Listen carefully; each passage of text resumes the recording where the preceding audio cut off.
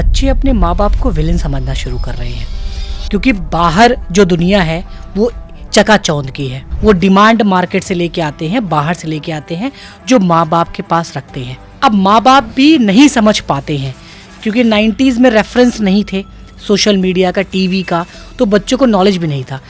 अब बच्चों को बहुत नॉलेज है। तो ये चीज़ें कैसे ठीक हो सकती हैं? बीइंग अ पेरेंट्स भी बताइए, और बीइंग अ बच्चों के हिसाब से भी बनाइए कि उनको अपने हिसाब से क्या करना चाहिए। मेरे हिसाब से इस दुनिया के बच्चे सबसे शानदार है। अगर ट्रेनिंग की किसी को ज़रूरत है वो टीचर्स एंड पेरेंट्स को है, क्योंकि बचपन से मैंने बहुत छोटी उम्र से दोनों बच्चों को मैंने मेरा सिग्नेचर सिखाया कि स्कूल में कुछ भी गड़बड़ हो वहाँ पे लेटर मारो, नीचे मेरा साइन मारो, फेंको।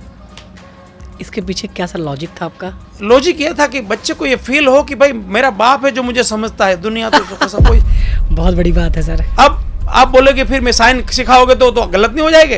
हो ही नहीं सकता सर। बाप को वैल्यू पे जीना होगा, बच्चे अपने आप बाप को फॉलो करेंगे। अब मुझे एक बड़ा सवाल पूछा जाता है कि भाई हस्बैंड वाइफ है, फिर भी कहीं एक्स्ट्रा मैरिजल अफेयर्स का, ये कॉमन सा है तो है, कॉमन सा तो हो गया। अब बोलते हैं इसका क्या करें?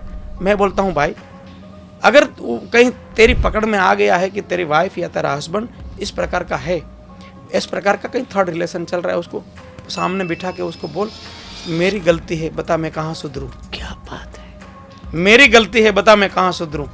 सामने वाला अपने आप सरेंडर हो जाएगा, जीवन में कभी कुछ नहीं करेगा। हम क्या सोचते हैं, अच्छा तो पकड़ में आ गई, अब इसको नहीं रखूंगा, दूसरा तो गारंटी वाला लाएगा, दूसरा कहाँ से गारंटी वाला लाएगा?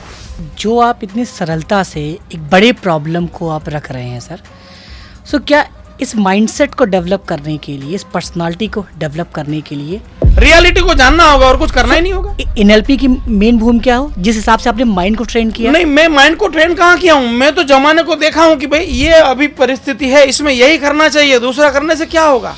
मतलब कोई टेक्निक नहीं है? ये कोई टेक्निक नहीं है, ये अंडरस्टैंडिंग है। अंडरस्टैंडिंग रियलिटी को देखने से आता है। जब मैं मेरी लाइफ को देखता हूँ, ये 48 का जितेश गढ़िया को बनाने के लिए 9 साल की उम्र में इसका बाप का जाना जरूरी था, वरना ऐसा आइटम बनता ही नहीं था। क्या बात है सर। लेकिन 9 साल का था तब तो मुझे कंप्लेन लगता था कि यार पूरे सब की दुनिया में बाप है, मेरा बाप नहीं है। तो ये बाद में समझ में आता है। आपको जितना पैसा मिले उससे कई गुना ज्यादा काम करना है, ये सफलता का मंत्र है। अब लोगों को मजा नहीं आएगा, बोला पैसा, अरे भाई तू करके तो देख। हाँ। 2 साल 3 साल करके देख, ना कुछ उसका रिजल्ट ना मिले, मेरे पास आ जा। क्या बिजनेस में उनके एसओपी में एक एनएलपी ट्रेनर की ट्रेनिंग होनी चाहिए? 12 साल के ऊपर के हर इंसान को उनके हर काम के लिए एनएलपी के बिना काम आसान नहीं होगा। सो हाय हेलो नमस्ते, कैसे हैं आप सब? एक और पॉडकास्ट में स्वागत है। आज के हमारे गेस्ट हैं एक बहुत ही बेहतरीन life coach, motivational speaker, NLP coach और सेल्स ट्रेनर। बहुत सारी बातें हम करेंगे, कुछ आपकी बातें होंगी, कुछ मेरी अपनी बर्निंग प्रॉब्लम्स होंगी। राइट सर, नमस्ते, कैसे हैं आप? बहुत बढ़िया, शानदार। सर, शॉर्ट टाइम में हमारी आपकी बातचीत हुई और आप पॉडकास्ट के लिए आए, उसके लिए बहुत बहुत धन्यवाद सर। एंड बीइंग एंटरप्रेन्योर मेरे भी बहुत सारे सवाल हैं, बट उसको थोड़ा सा हम कनेक्ट करके पूछेंगे एज ए लेमैन की तरह। सो बेसिकली सर, अभी एक एंटरप्रेन्योर या किसी का भी जो लाइफ में चैलेंजेस आ रहे हैं, वो सोशल मीडिया की वजह से वो बहुत ज़्यादा जजमेंटल और एक्सपेक्टेशन बहुत हाई हो जा रहा है। ठीक है, सो उस पर आपके क्या विचार हैं? देखो, एक्सपेक्टेशन से कोई काम होना नहीं है, जो होना है वही होना है, वही होना है जी। लाइफ और बिजनेस दोनों को अलग करता हूँ। ओके, ठीक है। लाइफ में बहुत कुछ चीज़ें ऐसी होगी, या बिजनेस में भी बहुत कुछ ऐसी चीज़ होगा जो मेरी और आपकी योजना के हिसाब से नहीं चलता। ये लाइफ हमारी योजना से नहीं चलता, और इसी को दुनिया ने नाम दिया है संघर्ष। जब भी अगर आप जीवन के बारे में किसी को भी पूछेंगे, आप आधा सेंटेंस बोलेंगे, जनता पूरा कर देगी, जीवन एक संघर्ष है। हाँ, तुरंत बोल देते ऑडियंस। ये मैं इसको जब गहराई से लिया कि ऐसा कैसे हो सकता है, जीवन संघर्ष कैसे हो सकता है। फिर मैंने एक नया नाम दिया, लाइफ इज़ ए 50-50 गेम। ये लाइफ 50-50 गेम है, ये संघर्ष नहीं है, ये प्रोसेस है। फिर प्रोसेस के बाद इसका नाम मैंने दिया 50-50 गेम है। इसमें एक्चुअली क्या हो रहा है लाइफ में, या बिजनेस हो या पर्सनल लाइफ हो जी। या प्रोफेशनल लाइफ हो क्या रहा है, जब हमारी फेवर का चीज हो जाए तब तो हम ओके है, हाँ, बट जब हम चाहे वैसा ना हो तब हम कंफ्यूजन में है, सैड हो जाते हैं। और उसी को हमने संघर्ष का नाम दे दिया। जी। संघर्ष शब्द कहाँ से आया, मैं उसकी जड़ में गया तो संघर्ष आया कि हमारी फेवर का नहीं हुआ तो उसका नाम हो गया संघर्ष। मैंने सोचा ये संघर्ष तो नहीं हो सकता, ये एक प्रोसेस हो सकता है। ईश्वर हमेशा, आप जिसको भी मानते हो, वो हमेशा कृपा ही करता है। उसकी कृपा या तो मधुर हो सकती है या तो कठोर हो सकती है। अब मधुर में हमें मजा आता है, कठोर में हमें मजा नहीं आता। और उसी को मैंने नाम दिया 50-50। बच्चा स्कूल नहीं जा रहा है तो माँ उसको एक झापड़ लगा रही है, ये कृपा ही है, लेकिन वो कठोर कृपा है। तो ऊपर वाला भी हमारे साथ ऐसा करता है। तो लाइफ 50-50 गेम कैसे है, हम जमीन हम तैयार करते हैं, किसान तैयार करता है, लेकिन उनकी मर्जी होगी तो बारिश आएगी। उनकी मर्जी से बारिश तो आएगी, लेकिन उसमें बीज डालने का, बोने का काम हमारे हाथ में है, लेकिन वापस बोने के बाद कौन सा बीज उगेगा वापस उसके हाथ में है। वो बीज उगा, उसको बाद कल्टीवेट करना, खाद पानी सब कुछ करना, वो हमारे हाथ में है। राइट। उसमें कितने दाने आएंगे, कितने फल लगेंगे, वापस उसके हाथ में है। जब वो फल आए उनकी कृपा से, फिर उसका खाना हमारे हाथ में है, डाइजेस्ट करना वापस उसके हाथ में है। तो ये लाइफ 50-50 गेम है। उसमें कुछ चीज हमें अच्छा लगेगी, कुछ हमें अच्छा नहीं लगेगी। अब सवाल है तो फिर क्या करें, तो मैंने उसको एक नाम दिया है, या मैं इसको मंत्र दिया हूं कि जब भी आपके सामने ऐसी परिस्थिति हो जो आपका फेवर का नहीं हुआ, डिफरेंट हुआ, तो आपको एक वर्ड देना है, just 90 days. Okay, just 90 days. आप बोलेंगे मैं ऐसा क्यों मान लूं, जस्ट 90 डेज क्यों मानो, तुम बोलो और मैं मान लूं। एक कहानी, उसके ऊपर एक कहानी सुनाता हूं। जी सर। एक राजा था, एक प्रधान था, दोनों कुछ काम कर रहे थे, राजा की उंगली कट गई। अब राजा की उंगली कट गई तो राजा को मजा नहीं आया, लेकिन प्रधान मेरे जैसा था, बोला हरी इच्छा। हाँ। इसका मतलब जो होता है अच्छे के लिए होता है। बिल्कुल। अब राजा को आया गुस्सा, बोला मेरी उंगली कटना, उसमें क्या हरी इच्छा, प्रधान को जेल में डाल दो। प्रधान, अब सवाल आता है, मेरी आपकी उंगली कटे तो आप हरी इच्छा नहीं मानते, मैं भी नहीं मानता। हाँ। अब प्रधान को बोला, राजा ने बोला कि प्रधान को जेल में डाल दो। प्रधान जेल में जा रहा था, लेकिन बोल रहा था हरी इच्छा। बस मेरी और आपकी लाइफ में यही है कि हम हरी इच्छा बोल नहीं पाते।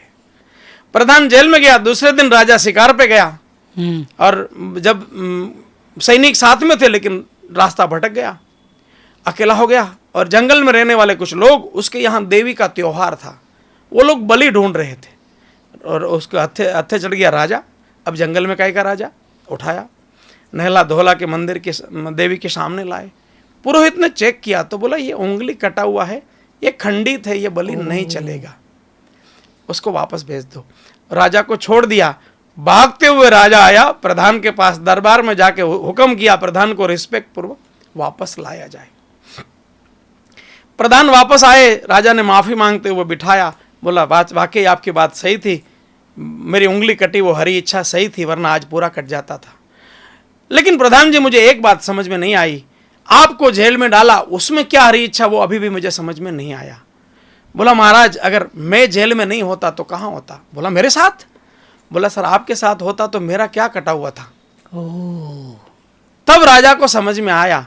ये कहानी सुनने के बाद आपको या सुनने वाले को मजा आएगा, उसको दुख नहीं होगा। क्यों? कहानी का एंड उसको मालूम पड़ गया कि उंगली कटना अच्छा था, ये जेल में जाना अच्छा था, इसलिए मजा आया, कोई दुख नहीं हुआ। बस मेरी और आपकी लाइफ में कभी कभी उंगली कट गई या कभी कभी जेल हुई, वो क्यों हुई उसका रीजन नहीं मालूम, इसलिए हम दुखी होते हैं या संघर्ष बना देते हैं या ब्लेम गेम करते हैं। हम क्या कर सकते हैं? जब भी हम सोचते हैं कि एक्स होना चाहिए और एक्स हो गया, हैप्पी, नो वरीज। हम सोचते थे एक्स हो गया वाई, बोलना है जस्ट 90 डेज। 90 दिन में आपको उसका रिलेवेंसी मालूम हो जाएगा। और स्ट्रेस फ्री जीवन का ये एक ही मंत्र है, हरी इच्छा या जस्ट 90 डेज।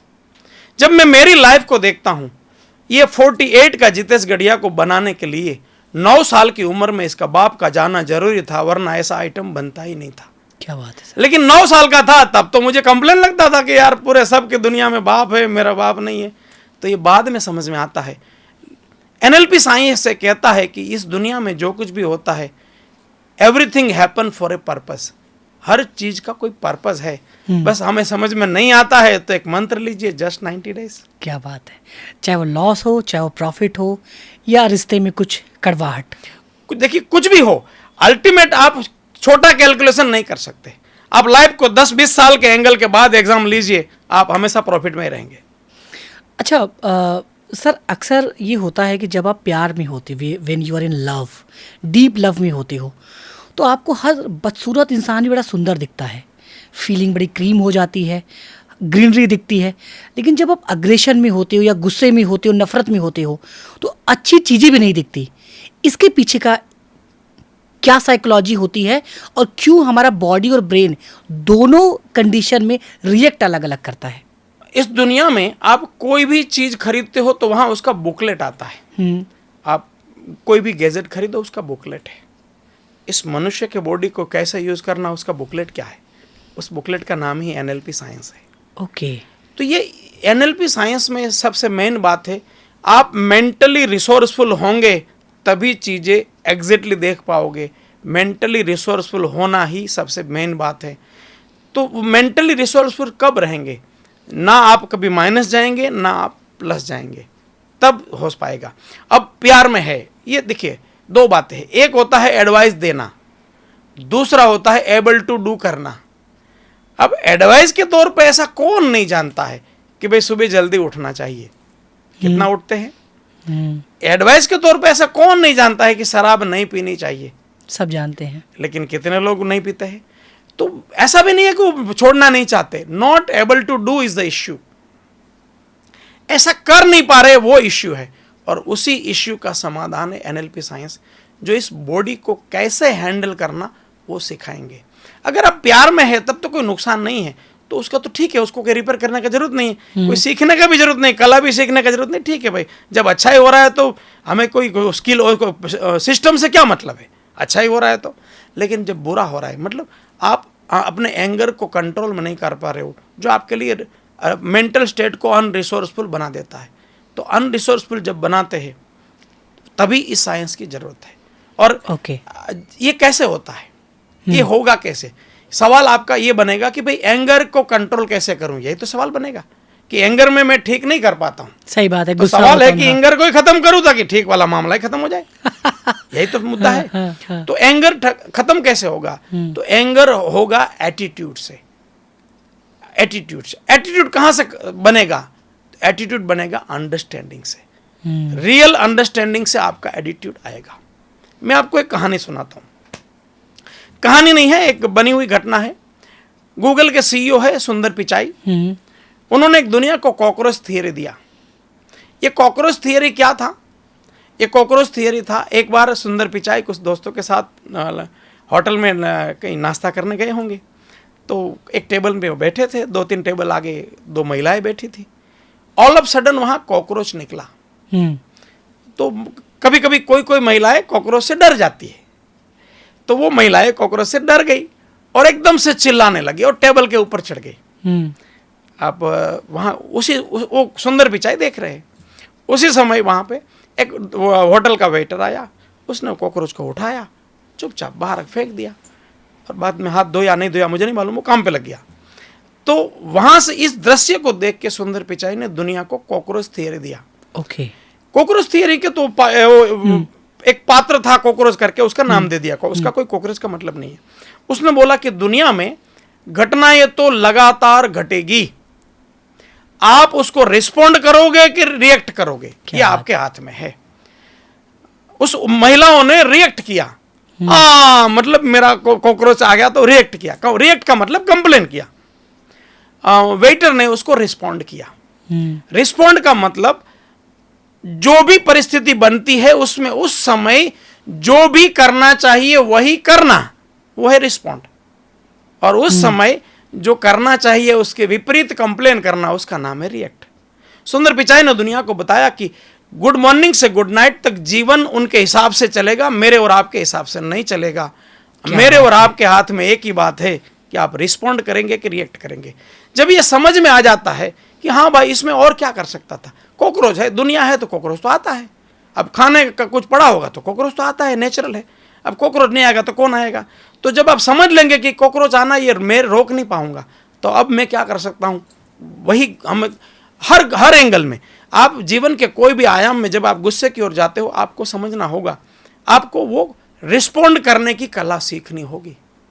क्या बात है, रिस्पॉन्ड कर। मान लो आप अभी तो वैसे गीजर का जमाना है तो वो गर्म पानी का मामला नहीं है, नहीं तो पुराने जमाने में गर्म पानी महिलाएं करती थी। अब उस जमाने में डेली कोई हस्बैंड की वाइफ को डेली गर्म पानी करके देती है, लेकिन एक दिन वो उसका मूड ठीक नहीं है तो वो बोली आज मैं गर्म पानी नहीं करूंगी। अब उस समय अगर जो हस्बैंड है पुराने जमाने का, आज का तो हस्बैंड लाइफ का वो मामला अलग है, तो वो पुराने जमाने का हस्बैंड अगर वो रिस्पॉन्ड करता तो क्या करता, वो सोचता कि यार मैं वैसे भी हरिद्वार जाता हूँ तो गंगा किनारे कौन सा गंगा का पानी गर्म होता है, क्या बात है, उस समय तो ठंडा होता है, और तो महिमा से मैं नहाता हूँ, तो वो गंगा को मैं महिमा से नहाता हूँ, तो ये आज मेरे घर की गंगा थोड़ी रूठी है तो एक दिन ठंडे पानी ना हो तो क्या हो जाएगा। जब ये अंडरस्टैंडिंग आएगा तो आप रिस्पॉन्ड कर पाएंगे, वरना रिएक्ट करते रह जाएंगे। क्या बात है सर, शानदार। अच्छा सर, इतनी बड़ी जर्नी आपकी रही है, सो पहले के क्वेश्चंस और अब के क्वेश्चंस में क्या अंतर आए हैं, और क्या आपको ऐसे क्वेश्चन मिलते हैं जो कि आपको लगता है ये नहीं होने चाहिए और भारत को ये अलग दिशा में लेके जा रहे हैं? पहला तो क्वेश्चन कैसा है कि अभी खास करके यूथ, अभी का यूथ मैगी की तरह दुनिया चाहता है जो पॉसिबल नहीं है। वो 2 मिनट में मैगी बन सकती है, 2 मिनट में दुनिया नहीं चल सकती। आप टेक्नोलॉजी आएगी, उसका भरपूर प्लस यूज करेंगे, नो वरीज, उसमें कोई इश्यू नहीं है। लेकिन आप कितना टेक्नोलॉजी कितना भी आगे चला जाए, एक लेवल, मैं तो सीधा बोलता हूँ, कितनी भी टेक्नोलॉजी आने दो, बच्चे तो मशीन कभी पैदा नहीं करेगा। नहीं तो बहुत सी चीजें ऐसी है जो आप टेक्नोलॉजी से नहीं कर पाओगे, या आप जैसा चाहो वैसा होता रहे, ऐसा होना नहीं है। तो आज का जो सबसे बड़ा क्वेश्चन या समस्या मुझे लगता है, वो हम लोग पेशेंस को खो रहे हैं, पेशेंस को हम खो रहे हैं। हमें सब इंस्टेंट चाहिए, और इंस्टेंट ना होने पे हम अपने मेंटल स्टेट को तुरंत गवा देते हैं। एक क्लिक पे सब कुछ, एक मतलब मैं हो जाना चाहिए। और खास करके आप अभी पेरेंट्स भी उसको इस तरह से पैम्पर कर रहे हैं कि भाई उसको रियल, अब पानी मांगे तो दूध दे देते हैं, तो वहीं से वो हैबिट में आ जाता है कि उसको तो लगता है कि दुनिया ऐसे ही चलती है। अब बाहर की दुनिया ऐसे थोड़ी चलती है। हाँ, लोगों को यही लगता है कि दुनिया यही है और चलती यही है। सर, यूथ में प्रॉब्लम और है, वो बिलीवर नहीं है, वो बिलीव नहीं कर पाते।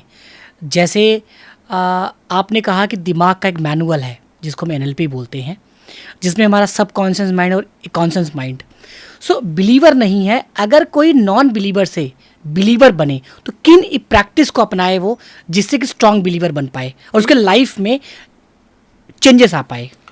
अभी भी मैं आपका सवाल को आधा समझ पा रहा हूँ, कि समझ नहीं पा रहा हूँ कि बिलीवर मतलब किस तरह से। बिलीवर मतलब आज कोई टेक्निक को वो ऑथेंटिक नहीं मानते, हाँ, वैलिडेशन नहीं है, हाँ, कि इससे चीजें ठीक होंगी ही होंगी, हाँ, तो उनको कैसे बिलीव कराएं हम? देखो, सीधी बात है, ये दुनिया आप पुराने सदियों से जानते होंगे कि भरोसा है तो भगवान है। क्यों? क्योंकि देखो, विश्वास के, आप लॉजिक से दुनिया नहीं चलती, लॉजिक से दुनिया नहीं चलती। अगर आप लॉजिक से चलोगे तो फिर आप शादी कैसे करोगे? आप पहले गारंटी मांगोगे कि भाई, मांगोगे मेल फीमेल दोनों की, भाई मैं शादी तो करूं लेकिन ये टिकेगी कि नहीं टिकेगी, तो गारंटी सर्टिफिकेट कहाँ से लाओगे? बोला नहीं, चलो शादी तो कर लेता हूँ लेकिन बच्चे होंगे, उसका गारंटी दो। उसका गारंटी कौन देगा? बोला बच्चे तो होंगे लेकिन वो फिर हमें अपने हमारी केयर करेंगे, उसकी गारंटी दो। तब तो जीवन चलेगा ही नहीं। अब आप पहले गारंटी मांगो कि भाई स्कूल में तो बच्चे को भेजूं लेकिन मुझे गारंटी दो कि वो उसको नौकरी मिलेगी। तो दुनिया गारंटी पे नहीं चलती, आपको हर स्टेप पे भरोसा करना ही पड़ेगा। आप भरोसा नहीं करोगे तो डाउट पे तो जीवन चल ही नहीं सकता ना। आप रोड पे जाओगे, आपको भरोसा करना पड़ेगा कि एक्सीडेंट नहीं होगा, तब तो गाड़ी चला पाओगे। एक्सीडेंट होगा मान के तो गाड़ी चल ही नहीं सकती। तब तो आप पानी में जा ही नहीं सकते कि आपको लगेगा कि भाई मैं तो डूब जाऊंगा। तो ये जीवन गारंटी से नहीं चलता, आपको हर कदम भरोसा करना ही पड़ता है। बहुत सारी चीजें आज थोड़ी दिखती है। आज मैं 9 साल का था जब बाप नहीं था, सेकंड हैंड कपड़े पहनता था। उस जमाने में मुझे कहाँ मालूम था मेरी जर्नी कहाँ जाने वाली है, और ये जर्नी थोड़ी प्लान जर्नी है।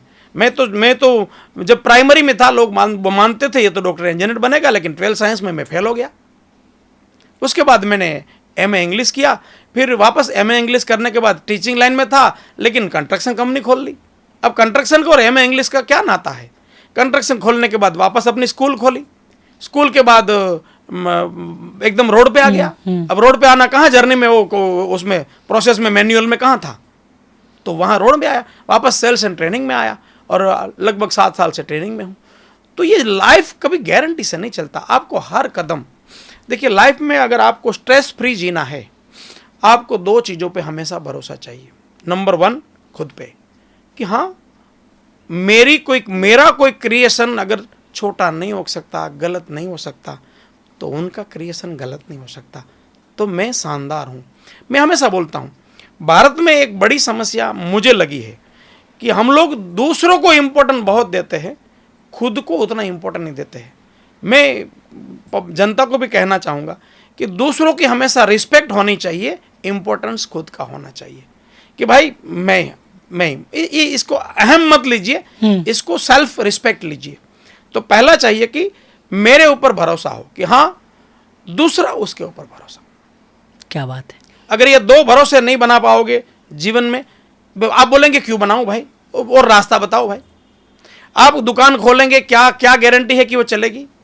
क्या दुकान, दुनिया में जो भी बिजनेस खुलते हैं वो कैसे खुलते हैं, ऐसे ही खुलते हैं कि भाई सोचते हैं कि ऊपर वाले की कृपा से, खुद के भरोसे पे शानदार स्वागत वो ओपनिंग करते हैं दुकान का, फिर खुद के ऊपर भरोसा आता है, उनके ऊपर हो जाता है तो चल जाता है। ओके सर, अभी बहुत सारे लोग ऐसे हैं ना जो रिग्रेट में जी रहे हैं। कुछ पास्ट में उनके साथ गलत हो गया या कुछ लोगों ने गलत कर दिया, उनको लगता है कि यही सही है, या ऐसे लोग यही करते हैं, जैसे रमेश नाम के लोग ऐसा ही करते हैं, या ये पर्टिकुलर जो चीज़ें हैं ऐसी ही होती हैं। क्या एनएलपी के कुछ टेक्निक से ये चीज़ें बदली जा सकती हैं, उनके बिलीफ को? 1000%। और ये आपने ऐसा सवाल दिया है जो आज की दुनिया में दुनिया की आधी आबादी को परेशान करने वाला सवाल है। ये कोई साधारण सवाल नहीं है। रिग्रेट फील करना, दूसरों के बारे में वो अलग मामला है, लेकिन खुद के बारे में रिग्रेट आधी आबादी कर रही है पूरी दुनिया की। उसको लग रहा है कि मैं उतना वर्दी नहीं हूँ, इसलिए तो मेरा वो बॉयफ्रेंड छोड़ के चला गया, इसलिए तो गर्लफ्रेंड छोड़ के चली गई, इसलिए तो मेरे माँ बाप मुझे रिस्पेक्ट नहीं कर रहे, इसलिए तो मेरा भाई को ज़्यादा मानते हैं, मुझे ज़्यादा नहीं मानते हैं, मुझे महत्व। ये वर्दीनेस का इश्यू है, ये रिग्रेट से जन्मा है वर्दीनेस का इश्यू। ओके। वर्दीनेस की इश्यू की वजह से वर्दीनेस कहाँ तक जाएगा? अगर वर्दीनेस का इश्यू बड़ा बनता जाएगा, वर्दीनेस का मतलब लेमन लैंग्वेज में समझ में आए तो वर्दीनेस का मतलब है अपने आप को रिलेवेंट नहीं मानना। अरे बाप रे। और लोग फिर दुनिया की आधी आबादी ऐसा अकेले में मानती है कि मेरी तो किसी को पड़ी ही नहीं है, मेरे बारे में तो कोई सोचता ही नहीं है, भाई को तो ज्यादा। ये जो वर्दीनेस का इश्यू है ना, अगर ये बढ़ जाता है ना तो कैंसर बनाएगा। अच्छा। क्यों? बॉडी को 80 बिलियन न्यूरॉन्स को मैसेज जाता है कि इसकी कहाँ जरूरत ही नहीं है, इस बॉडी की, मारो इसको, खत्म करो। तो वर्दीनेस बड़ा इश्यू है। तो वर्दीनेस को बनाया जा सकता है, पास्ट की पेनफुल मेमोरी को हटाया जा सकता है। अबाउट सेल्फ है तब भी, अबाउट अदर्स है तब भी।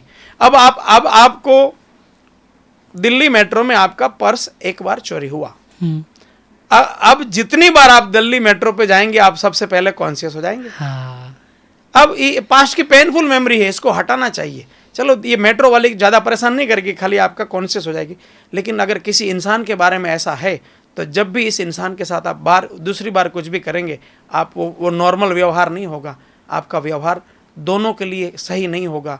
वो पास्ट की पेनफुल मेमोरी को मिटाया जा सकता है, और मिटाया जा सकता नहीं, इसको मिटाना चाहिए, वरना आपके जीवन में सुख शांति आ नहीं सकती। क्या बात है सर। सर, एक और डेली मर्रा में हम चीज़ों को देख रहे हैं कि लोग प्रोफेशनल और पर्सनल लाइफ में बड़ा डिस्टर्ब हैं। ठीक है। सो क्या ये टेक्निक वहाँ भी हेल्प करती है वो उस दोनों के अंडरस्टैंडिंग में?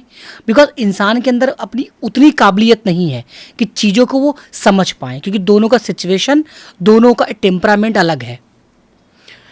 यहाँ ये टेक्निक नहीं होगी, यहाँ दूसरी होगी। हम्म, अगर ये सवाल हस्बैंड वाइफ रिगार्डिंग है तो पर्सनल एंड प्रोफेशनल लाइफ एक ही चीज से सोल्व होगी, वो है कॉमन गोल बनाइए। हस्बैंड वाइफ दोनों बैठ के कागज पेन लीजिए, अगले 5 साल में एक कपल कहाँ जाना चाहता है, अगले 10 साल में एक कपल कहाँ जाना चाहता है, अगले 20 साल 25 साल में कहाँ जाना चाहता है, अगले 20 साल बाद दोनों अपने आप को कंट्रीब्यूटर की भावना, कंट्रीब्यूटर की पोजीशन पे देख पा रहे कि नहीं देख पा रहे। एक होता है सर्वाइवल लाइफ, एक होता है कंट्रीब्यूशन का कंट्रीब्यूटिंग लाइफ। जब भी आप, ये सारी समस्या कब तक है, एक सर्वाइवल लाइफ तक की समस्या है। कंट्रीब्यूटिंग की अवस्था को आप पार कर जाते हो, सारा प्रश्न हवा हो जाता है। कंट्रीब्यूटिंग को सर थोड़ा और आसान भाषा में? कंट्रीब्यूटिंग का मतलब है जब तक हम सर्वाइवल के जीते हैं तो हमें अपनी चिंता होती है। अच्छा, हाँ। जब भी हम अपनी चिंता में हैं तब तक जीवन में कोई मजे नहीं ले सकते। जब हम कंट्रीब्यूटिंग की अवस्था में आ जाते हैं तब हम देने के योग्य हो जाते हैं। तब हमारे लिए ब्रेड एंड बटर इश्यू नहीं है। अब पैसा इतना आ रहा है कि अब वो पैसा का मजरा ही नहीं बना। अब ये हो रहा है कि क्या अच्छा करूं, जमाने के लिए क्या करूं, कि इसके लिए क्या करूं, उसके लिए क्या करूं। वो जब आपका लेवल बन जाता है ना, फिर जीवन में कोई समस्या ही नहीं होती। तो आपको वो हस्बैंड वाइफ को बैठ के अगले 10 साल 20 साल 30 साल का एक रोड मैप बनाइए कि आप कंट्रीब्यूटर की अवस्था में कब जाने वाले हैं। आपके छोटे छोटे गोल को एक स्टेप बनाइए और लाइफ की जर्नी बनाइए। जब बड़े मकसद होंगे, छोटी छोटी चीज़ों के लिए दिमाग के पास टाइम ही कहाँ होगा। शानदार सर। सर एक आजकल और प्रॉब्लम आती है, बच्चे अपने माँ बाप को विलेन समझना शुरू कर रहे हैं, क्योंकि बाहर जो दुनिया है वो चकाचौंध की है। वो डिमांड मार्केट से लेके आते हैं, बाहर से लेके आते हैं, जो माँ बाप के पास रखते हैं। अब माँ बाप भी नहीं समझ पाते हैं, क्योंकि 90s में रेफरेंस नहीं थे सोशल मीडिया का, टीवी का, तो बच्चों को नॉलेज भी नहीं था। अब बच्चों को बहुत नॉलेज है। तो ये चीज़ें कैसे ठीक हो सकती हैं? बीइंग अ पेरेंट्स भी बताइए, और बीइंग अ बच्चों के हिसाब से भी बनाइए कि उनको अपने हिसाब से क्या करना चाहिए। मेरे हिसाब से इस दुनिया के बच्चे सबसे शानदार है। अगर ट्रेनिंग की किसी को ज़रूरत है वो टीचर्स एंड पेरेंट्स को है। बच्चे शानदार होते हैं सर। हमारा दुर्भाग्य है कि हम बच्चों को सही तरह से कल्टीवेट नहीं कर पा रहे हैं। आज आपाधापी के समय में कम से कम हम बच्चों को ऐसी बोर्डिंग स्कूल में पे भेज सकते हैं जहाँ वैल्यूज़ के ऊपर काम होता हो। हम केवल मनी के आसपास ना घूमें।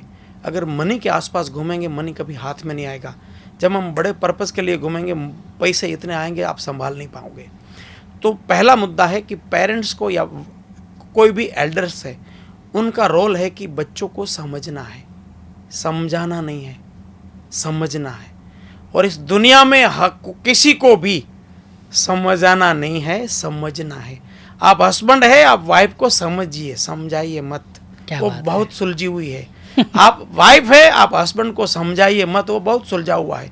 उसको समझिए, उसकी पर्सनल क्या प्रॉब्लम है, उसकी बिजनेस की, जॉब की क्या प्रॉब्लम है, उसको अंडरस्टैंड करिए। इस जमाने की सबसे बड़ी समस्या है, समझाने वाले होलसेल में है, समझने वाला एक बंदा नहीं है। अगर आपके पास एक बंदा हो ढंग का, जो आपको हर बार सही साबित करे, आप कमाल कर जाओगे। क्या बात है। अब बच्चों को हैंडल कैसे करें? मेरे भी 2 बच्चे हैं, तो मैं बचपन से उनको वैल्यूज़ के ऊपर जीने का सिखाता हूँ। और वैल्यूज़ के ऊपर जीने का सिखाना है, पहले माँ बाप को सीखना पड़ेगा, पहले माँ बाप को जीना पड़ेगा, तब सिखा पाओगे। तो मैं बच्चों को हमेशा वैल्यूज़ पे जीने का सिखाता हूँ। जब कोरोना आया तो मोस्ट ऑफ पेरेंट्स के लिए इश्यू था बच्चों को मोबाइल देना। मेरे लिए भी था। मैंने बच्चों को बोला, आपको मैं मोबाइल देना नहीं चाहता हूँ, ये मेरी इच्छा है, लेकिन अगर आप बोलोगे नहीं मुझे मोबाइल चाहिए ही, तो मैं देने के लिए तैयार हूँ, आप बताओ। मेरे बच्चे बोले बाबा आप जो बोलो ठीक है। ऐसा क्यों बोलते हैं बच्चे? क्योंकि बचपन से मैंने बहुत छोटी उम्र से दोनों बच्चों को मैंने मेरा सिग्नेचर सिखाया कि स्कूल में कुछ भी गड़बड़ हो, वहाँ पे लेटर मारो, नीचे मेरा साइन मारो, फेंको। इसके पीछे क्या सा लॉजिक था आपका? लॉजिक ये था कि बच्चे को ये फील हो कि भाई मेरा बाप है जो मुझे समझता है, दुनिया तो कैसा कोई। बहुत बड़ी बात है सर। अब आप बोलोगे फिर मैं साइन सिखाओगे तो गलत नहीं हो जाएंगे? हो ही नहीं सकता सर। बाप को वैल्यू पे जीना होगा, बच्चे अपने आप बाप को फॉलो करेंगे। बाप को, माँ बाप को, पेरेंट्स को आदर्श तो बनाए पहले, उसका जीवन उसको रिलेवेंट तो लगे, तब तो बच्चे फॉलो करेंगे। अब माँ बाप को उस हिसाब से जीना नहीं है और बच्चे की उम्मीद करोगे, कैसे चलेगा? मेरे गुजरात के संदर्भ में बात करूं तो गुजरात में ज़्यादातर पेरेंट्स, सभी नहीं, ज़्यादातर वो तंबाकू, बीड़ी, गुटखा खाते हैं और सोचते हैं कि बच्चे ना खाएं। ऐसा हो सकता है? हो ही नहीं सकता। कैसे होगा? तो बच्चे को मैं हमेशा सोचता हूं कि बच्चे को, ये मशीन नहीं है, ये बच्चे है। आज के ज़माने में क्या हो रहा है, मेरा मशीन सही है कि तेरा मशीन सही है, वो उसकी चक्कर चल रही है। ये मशीन थोड़ी है। मैं पेरेंट्स मीटिंग में भी जाता हूँ तो टीचर्स को बोल के आता हूँ, मेरे बच्चे हैं, फेल भी होंगे, पेंडे बांटूंगा, आप टेंशन नहीं लेना। बच्चे को क्या फील होता है, ये एक ही बंदा है जो मुझे समझता है। मेरे बच्चों को एक ही चिंता होती है, मेरे बाप को तकलीफ नहीं होनी चाहिए, बाकी दुनिया तेल लेने जाए। क्या बात है। उसको मालूम है कि एक ही तो बंदा समझता है, तो वो अभी कोई गलती से भी गलती नहीं करेंगे। क्यों? उसको मालूम है कि बाप को दुख होगा, वो डांटेगा नहीं कभी। मैं कभी नहीं डांटूंगा। मैं उसको कोई भी तकलीफ हुआ वो तुरंत ढूंढेंगे मेरे बाप की तरह। उसको मैं आ गया, मुझे साइड में लेके बोलेंगे पापा ऐसा हुआ है, देख लेना, बस बात खत्म। ये बहुत बड़ी बात सर आपने बताई, और मुझे लगता है कि ये बाप बेटे की, बाप बेटी की, और तमाम ऐसे रिश्तों की, भाई भाई की, दोस्त दोस्त की, हर जगह ये होगा कि जब वो आप पे बिलीव करना शुरू करेगा कि ये प्रोटेक्टर है हमारे और सही प्रोटेक्ट करेंगे। देखो, बच्चा फेल हो गया, क्या उसको मजा आएगा? नहीं सर। उस समय उसको ज्ञान की जरूरत है कि उसको सिंपैथी की जरूरत है? Sir sympathy. तो उसको उस समय गले लगाना चाहिए कि तेल लेने जाए यार, एक दिन क्या, 1 साल हो गया, क्या हो गया, शानदार है यार, तू खेल करेगा, अगले साल देखना मैं बैठा हूं तेरे साथ, चल पार्टी करते आज। कितने माँ बाप ऐसा करते हैं? अब ऐसा नहीं करोगे तो उस समय तुम कितना भी झाड़ो, क्या वो आधे घंटे में नया मार्क्स आ जाएगा, नया रिजल्ट आ जाएगा? उस समय हम बड़ी गलती क्या करते हैं कि बच्चे या किसी के भी साथ, अब किसी ने गलती कर ली तो क्या करोगे आप? अब मान लो आजकल के ज़माने में, अब मुझे एक बड़ा सवाल पूछा जाता है कि भाई हस्बैंड वाइफ है, फिर भी कहीं एक्स्ट्रा मैरिजल अफेयर्स का, ये आज कॉमन सा है, तो है कॉमन सा तो हो गया है। अब बोलते हैं इसका क्या करें? मैं बोलता हूँ भाई, अगर कहीं तेरी पकड़ में आ गया है कि तेरी वाइफ या तेरा हस्बैंड इस प्रकार का है, इस प्रकार का कहीं थर्ड रिलेशन चल रहा है, उसको सामने बिठा के उसको बोल, मेरी गलती है, बता मैं कहाँ सुधरूं। क्या बात है, मेरी गलती है, बता मैं कहाँ सुधरूं। सामने वाला अपने आप सरेंडर हो जाएगा, जीवन में कभी कुछ नहीं करेगा। हम क्या सोचते हैं, अच्छा तो पकड़ में आ गई, अब इसको नहीं रखूंगा, दूसरा तो गारंटी वाला लाएगा। दूसरा कहाँ से गारंटी वाला लाएगा जब जमाना इस तरह से चल रहा है? तो हमें लोगों को समझाने का जरूरत नहीं है, केवल समझना है। आपके जीवन का सारा स्ट्रेस खत्म हो जाएगा। इस सारा स्ट्रेस आता है, हम समझाने लगे हैं, हम समझने के लिए तो तैयार ही नहीं। जो आप इतनी सरलता से एक बड़े प्रॉब्लम को आप रख रहे हैं सर, क्या इस माइंडसेट को डेवलप करने के लिए, इस पर्सनालिटी को डेवलप करने के लिए रियलिटी को जानना होगा और कुछ करना ही नहीं होगा। एनएलपी की मेन भूमिका क्या हो, जिस हिसाब से आपने माइंड को ट्रेन किया? नहीं, मैं माइंड को ट्रेन कहाँ किया हूँ, मैं तो जमाने को देखा हूँ कि भाई ये अभी परिस्थिति है, इसमें यही करना चाहिए, दूसरा करने से क्या होगा। मतलब कोई टेक्निक नहीं है, ये कोई टेक्निक नहीं है, ये अंडरस्टैंडिंग है। अंडरस्टैंडिंग रियलिटी को देखने से आता है। अब रियलिटी समझ जाओ। अब मेरा बेटा है, बड़ा बेटा है, वो कॉलेज में आया, अब कॉलेज में आया है तो गर्लफ्रेंड बनाएगा, नेचुरल बात थी ना। तो मैंने क्या बोला, भाई मैं चाहता हूं कि तेरी गर्लफ्रेंड नहीं होनी चाहिए अगले 3 साल, जब तक तू IIM का एंट्रेंस एग्जाम क्रैक ना करे। वो फेल हो पास हो ठीक है, लेकिन मैं चाहता हूं तेरा ध्यान भटके नहीं, ये मेरी दिल की चाहत है। लेकिन तू बोले नहीं पापा ऐसा नहीं चलेगा, मैं गर्लफ्रेंड तो बनाऊंगा। तब मेरा सवाल है कि भाई तू बनाएगा तो मुझे साथ में लेके जाएगा, हम दोनों साथ में ढूंढेंगे तेरे लिए। अब जब इस तरह से बातें करोगे तो उनको लगेगा यार मेरे पास इतना शानदार फ्रेंड तो मेरे पास ही है। अब मुझे बताओ, तो आप और क्या कर सकते हो? क्या बच्चे को बोलो गर्लफ्रेंड नहीं बनाएगा तो वो नहीं बनाएगा? वो तो अपना ही मन मर्जी का ही करेगा। जब उसको तुम 2 सही ऑप्शन दोगे तो उनके लिए चुनना बहुत आसान हो जाएगा। ओके सर, मतलब मज़ा आ रहा है अभी तक। क्या इन सभी चीज़ों को हम बिजनेस में भी अप्लाई कर सकते हैं? हर जैसे जगह मान ली apply कोई कर सकते हो। परफॉर्म नहीं कर रहा है, हर जगह अप्लाई कर सकते हो। अच्छा एक फाउंडर के पॉइंट ऑफ व्यू से 10 उसके सेल्स पर्सन है, जिसमें से 4 परफॉर्म कर रहे हैं और 6 नहीं कर रहे हैं, तो ज्वाइंट मीटिंग में या उनको रिटेन करने के लिए क्या करना चाहिए? किसी से भी देखो, मेरा नाम ही है आउटकम मास्टरी कोच। ओके। तो किसी का भी आउटकम आप बड़ा करना चाहते हो, है किसी का भी आउटकम बड़ा करना चाहते हो कि भाई ये आउटकम दे रहा है, वो सही नहीं दे रहा है, उसको बड़ा करना है, तो उसके ड्रीम बड़े करो, उसके खुद के लाइफ के ड्रीम बड़े करो। किसी के भी बिना लाइफ के ड्रीम बड़े किए बॉडी से बड़ा काम नहीं किया जा सकता। क्या बात है। आपको उसकी लाइफ में ये मत सोचो कि कंपनी का बड़ा ड्रीम है, उसको क्या अटैचमेंट आएगा? कंपनी से क्या मतलब? कंपनी से क्या लेना देना भाई? तो उनकी पर्सनल लाइफ के बड़े ड्रीम को सेट कराओ, और फिर वो बड़े ड्रीम को पूरे करने में कंपनी किस तरह से उसको हेल्प करेगी वो सेट कराओ। बंदा खेलेगा। मुझे हमेशा जब भी ट्रेनिंग होती है, मेरे पास एक सब्जेक्ट आता है कि सर हमारे एम्प्लॉयज़ के लिए अकाउंटेबिलिटी का ट्रेनिंग कर दो। मैं बोलता हूँ उनको मैं अकाउंटेबल कर दूंगा, उसके लिए आप एक्स्ट्रा क्या करोगे बताओ? क्योंकि जब आप उसके लिए कुछ एक्स्ट्रा करोगे नहीं तो वो क्यों अकाउंटेबल हो जाएंगे बताओ? तो अकाउंटेबल तभी होंगे जब उसको फील होगा कि हाँ ये कंपनी मेरी है। मैं कंपनी के बारे में तब सोचूंगा जब कंपनी मेरे बारे में सोचेगी। ये मेरी सिंपल लैंग्वेज है। आप IAS बन जाओ, कलेक्टर आपको दुनिया बनाएगी। अब आज का ज़माना कैसा है कि कोई IAS बनना नहीं चाहता और कलेक्टर बनना चाहता है, कैसे होगा? ये एम्प्लॉय की साइड से हो, वो लोग मुझे लोग वहाँ देना चाहिए। अब तो पहले IAS बन जा, कलेक्टर तुम्हें बनाएंगे, तो पहले दे, मतलब work more than paid. Employ की साइड से मैं बोल रहा हूँ, ये मैंने किया है। मैंने इस पूरी ज़िंदगी में 11 महीना नौकरी की है, उससे बाद कभी नौकरी नहीं की है। वो 11 महीना की मेरी नौकरी में मैंने लगभग मोर देन डबल काम किया है। मोर देन डबल का मतलब टाइम स्पेन। मुझे वहाँ नौकरी पे जाना था 8 घंटे में 16 घंटा गया हूँ और पैसा लिया हूँ 8 घंटे का, और वो किसी के कहने पे नहीं, क्योंकि उस धंधे की ज़रूरत थी। मैंने सोचा ये तो मेरी जिम्मेदारी है। मैंने 8 महीना दिया। हो सकता है वो 8 महीना शायद मुझे लगा कि मेरा वहाँ पैसा नहीं मिला, शॉर्ट टाइम लॉस हुआ मेरा, लेकिन आज के जितेश गढ़िया को बनाने में वो 8 महीना बहुत काम का था, क्योंकि वहाँ से मेरी बिहेवियर हैबिट सेट हो गई कि काम तो आतंकवादी की माफ़ करना होगा। क्या बात है। तो वो वहाँ सेटअप हुआ। तो जब मैं इसको मैं एम्प्लॉय के साइड से बोलूँ तो वर्क मोर देन पेड, इसको इंग्लिश में नहीं मजा आएगा, हिंदी में बोलता हूँ।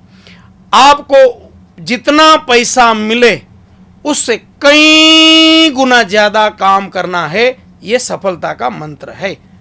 अब लोगों को मजा नहीं आएगा, बोला पैसा, अरे भाई तू करके तो देख। हाँ। 2 साल 3 साल करके देख, ना कुछ उसका रिजल्ट ना मिले, मेरे पास आ जा, करके तो देख। ये हो गया एम्प्लॉय साइड। अब एम्प्लॉयर की साइड से आपको हर एक एम्प्लॉय की अपने बच्चों से ज़्यादा ख्याल करना होगा। आपका एक बच्चा है थोड़ा कम बस से काम करता है, एक बच्चा है जो ज़्यादा टैलेंट है, एक बच्चा थोड़ा कम टैलेंट है, वो मतलब जन्म से ही ऐसा है, तो क्या आप दोनों बच्चों में पार्शियलिटी करते हो? नहीं। फिर एम्प्लॉय में क्यों करोगे? आप उसको प्रयास तो करो। सर इंसेंटिव रिवॉर्ड्स ये कितना मोटिवेट करते हैं, और क्या ये टाइम पे हो ज़्यादा मोटिवेट करते हैं? बहुत मोटिवेट करते हैं। ओके। मैं आपको एक इंसिडेंट बताता हूँ। मैं रो गया था फ्लाइट में। लास्ट मंथ मेरे फ्लाइट में मेरा को कैंपेनियन था, गोल्ड कॉइन या कोई तो कंपनी का नाम था, मैं नाम शायद मिस कर रहा हूँ, राजकोट बेस्ड था। और उसकी 20 जगह पे इंडिया में प्लांट है, और बहुत ही छोटी सी टाइम में उसने पूरा एक्सपांड किया है। तो उसने वो लेमन, मतलब ज़्यादा पढ़ा लिखा नहीं था, लेमन टाइप का बंदा था, ओनर था। तो मुझे मेरे बात में बैठा था, तो बात की, तो मैं भी राजकोट में पढ़ाई किया हूँ, तो बातें शुरू हो गई। तो उसने बताया कि सर मैंने 20 प्लांट खड़े किए। कैसे खड़े किए? बोला कैसे? बोला सर मैं एक प्लांट खड़ा किया, वहाँ से ढंग के लड़के थे, उसमें से 2-3 को उठाया, बोला मैं तुम्हें वर्किंग पार्टनर बनाता हूँ, आप दूसरा प्लांट बनाते हैं। तेरे लाइफ का मुझे पूरा ग्राफ बता दे, तेरे लाइफ में क्या ज़रूरत है, क्या समस्या है, सब बता दे, वो मेरी, आज के बाद प्लांट की तेरी। उस हिसाब से उसने इंडिया में 20 जगह प्लांट बनाया। अब 20 प्लांट शानदार चल रहा है। उसने, वो उनकी वाइफ भी थी, उनके फादर भी थे, उनकी एक डॉटर भी थी। हम लोग साथ में फ्लाइट में थे, अहमदाबाद से प्रयागराज जा रहे थे। लखनऊ में प्रयागराज जा रहा था, लखनऊ तक हम लोग फ्लाइट में साथ में थे।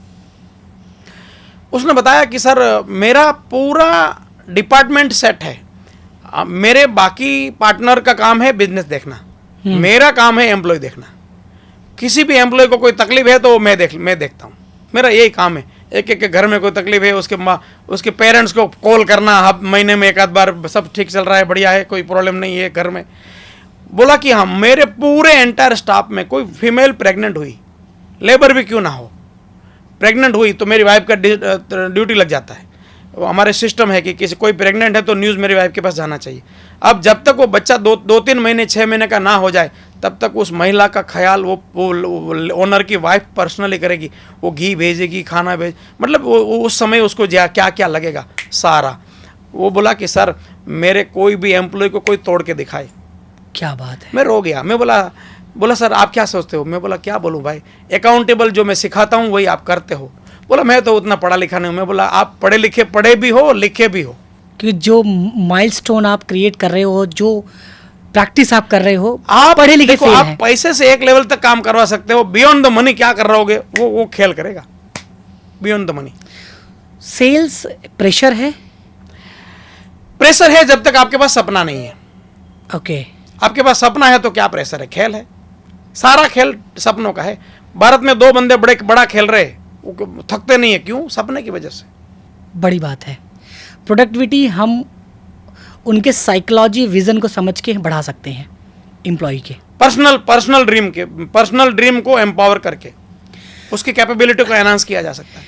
किसी भी ऑर्गेनाइजेशन को एक एम्प्लॉय किस लेवल पे क्या ब्रेक इवन होता है जब छोड़ के जाने का डिसीजन लेता है वो, आपके हिसाब से? देखो मेरे हिसाब से दो चीज़ों से बंदा छोड़ के जा सकता है। नंबर 1, उसको फाइनेंशियल सेटिस्फेक्शन नहीं है। दूसरा, उससे भी ज़्यादा बड़ा, उसके आय का ख्याल नहीं रखा गया है। उसके आय का ख्याल रखना होगा। आय का मतलब है उसको रिस्पेक्ट मिलनी चाहिए मोर देन ही और सी डिजर्व, दैट्स इट। वो आय का आप किसी का भी मैरिज का एल्बम देखते हो तो आप मान लो आप मेरी शादी में आए थे और फिर मेरे घर आए वापस और मेरा एल्बम देख रहे हो, तो आप क्या देखो? आप उसमें क्या ढूंढते हो? अपने को। हाँ, आपको मेरी शादी से कोई लेना देना नहीं है। आपको लगेगा यार मैं कहाँ हूँ, कैसा लग रहा हूँ, तो वो इस ह्यूमन बॉडी आय से जुड़ा हुआ है। आप आय को कितना पैम्पर करते हो उतना बंदा आपके साथ रहेगा। फाइनेंशियल मैटर सेकंड आता है। सो ये है कि business it's all about psychology. अगर आप हैक कर ले गए, उस हैक्स को समझ गए, सो आप एक सक्सेसफुल एंटरप्रेन्योर बन सकते हो। पूरी दुनिया बिजनेस नहीं, पूरी दुनिया अबाउट हार्ट। आप किसी के दिल में घुस जाओ, बात खत्म। क्या बात है। दिल वाले धोखा खाते हैं सर। देखो आप जब बिजनेस एंगल से बात करते हो, हाँ। देखो दुनिया में कितनी भी पावरफुल गाड़ी लाओ तब भी एक्सीडेंट तो होगा। हाँ। आप ऐसा नहीं होगा कि भाई मर्सिडीज है तो एक्सीडेंट नहीं होगा, या लिम्बोर्गिनी है तो नहीं होगा, या और रोल्स रॉयस है तो नहीं होगा। होगा, लेकिन वो रेयर ऑफ द रेयर है और उतना आपको भरोसा करके ही चलना होगा।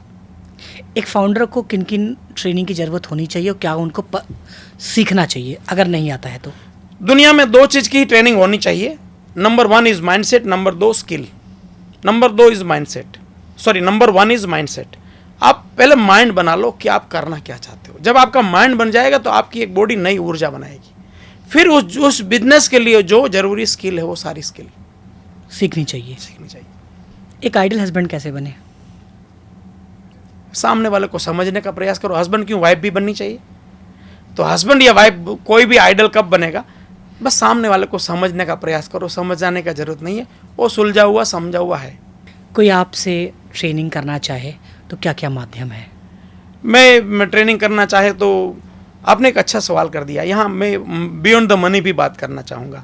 मेरे से कोई भी ट्रेनिंग करना चाहते हैं तो jiteshgadia.com वेबसाइट है, फेसबुक, इंस्टाग्राम या हर जगह पे मैं ऑथेंटिक टिक मार्क के साथ हूँ, तो मुझे ढूंढना आसान है। उससे भी बड़ी बात है, आज मुझे सुनने वाले हर एक ने मेरे सोशल मीडिया को ज़रूर कनेक्ट कर लेना है, क्योंकि अगले साल से USA, कनाडा भी मेरे प्रोग्राम है, इंडिया में भी मेरे प्रोग्राम है। लेकिन उससे बड़ी बात है, 1 मई 2023 से मैंने एक मिशन बनाया है कि महीने में 4 प्रोग्राम चैरिटी के लिए होंगे, बड़े लेवल पे होंगे, जहाँ 12 साल से लेकर 80 साल का, मतलब हायर साइड में कितना भी एज वाला कोई भी बंदा पार्टिसिपेट कर सकता है, जहाँ उसको नॉट एबल टू डू को एबल टू करने का अवसर बनाऊंगा। उसके लिए मैं ज़रूर आपकी हेल्प करूंगा।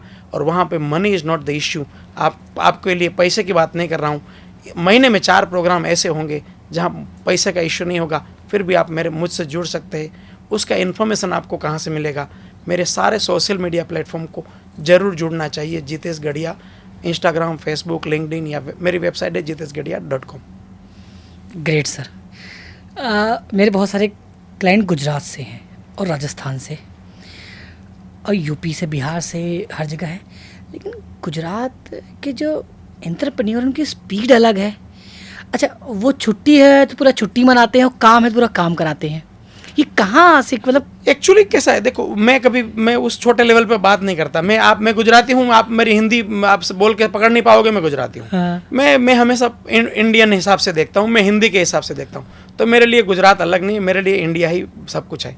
तो मैं ये नहीं देखता हूँ कि, और आज के ज़माने में ठीक है, पुराने समय में थोड़ा बहुत था कि गुजरात में और महाराष्ट्र में लोग ज़्यादा बिजनेस करते थे, लेकिन आज पूरा इंडिया में नई जनरेशन है, उसके ऊपर मुझे बहुत भरोसा है। और हर भारत के हर कोने में एंटरप्रेन्योर खड़े हो रहे हैं। क्या बिजनेस में उनके एसओपी में एक एनएलपी ट्रेनर की ट्रेनिंग होनी चाहिए? 12 साल के ऊपर के हर इंसान को उनके हर काम के लिए एनएलपी के बिना काम आसान नहीं होगा, क्योंकि ये एबल टू डू कराएगा। आप इन्फॉर्मेशन के तौर पे तो जानते हैं, आप जानते हैं कि मुझे 18 घंटा काम करना चाहिए, लेकिन कर नहीं पाते हो। आप जानते हो कि मुझे कॉन्फिडेंट रहना चाहिए, लेकिन कहाँ से आएगा बताओ? बड़े बड़े स्पीकर्स बोल देते हैं, दुनिया में 80% स्पीकर ऐसे इस तरह से बातें करते हैं। आपको कॉन्फिडेंट होना है तो, आपको जिंदगी में आगे बढ़ना है तो कॉन्फिडेंट होना चाहिए, लेकिन कहाँ से निकालो वो तो बताओ? कॉन्फिडेंट कैसे आएगा वो तो बताओ? तो not able two is the issue, उसको एबल टू करने के लिए हर एक को जरूरत है। शानदार सर। पूरा सेशन बड़ा प्रोडक्टिव रहा। लाखों का सेशन आपने सबको फ्री में दे दिया। और आपकी पर्सनालिटी और जो बेबाकी अंदाज है, ठीक है, ये मिसिंग है बहुत सारे ट्रेनर में। जोशी नहीं है, वो डिलीवर ही नहीं कर पाते कंटेंट को। तो मैं भी सौभाग्यशाली हूँ जो आपका पॉडकास्ट ले रहा हूँ। हमारे दर्शक भी सौभाग्यशाली हैं जो आपको सुन रहे हैं। हमारे दर्शकों का 1-1 घंटे का एज आपको मिल जाए और आप भारत के एंटरप्रेन्योर्स को और क्लैरिटी के साथ life coaching, business coaching, mind training, कहते हैं ना, मेरे चैनल का नाम है let's grow with Mishra ji. 360 about growth, mental health, spiritual भी होना चाहिए लोगों को। चारों जब तक नहीं होंगे, लाइफ सेटल नहीं होंगी। सही बात है। सो आपने इस पॉडकास्ट में सर 360 आपने कवर किया और बहुत बहुत सर धन्यवाद। आपकी वाइब्स बहुत अलग है, कनेक्ट कर पा रहा हूँ और कुछ मैं भी अपने में सर बदलाव करूँगा, अपनी टीम में भी। Thank you so much. Thank you so much. Thank you so much.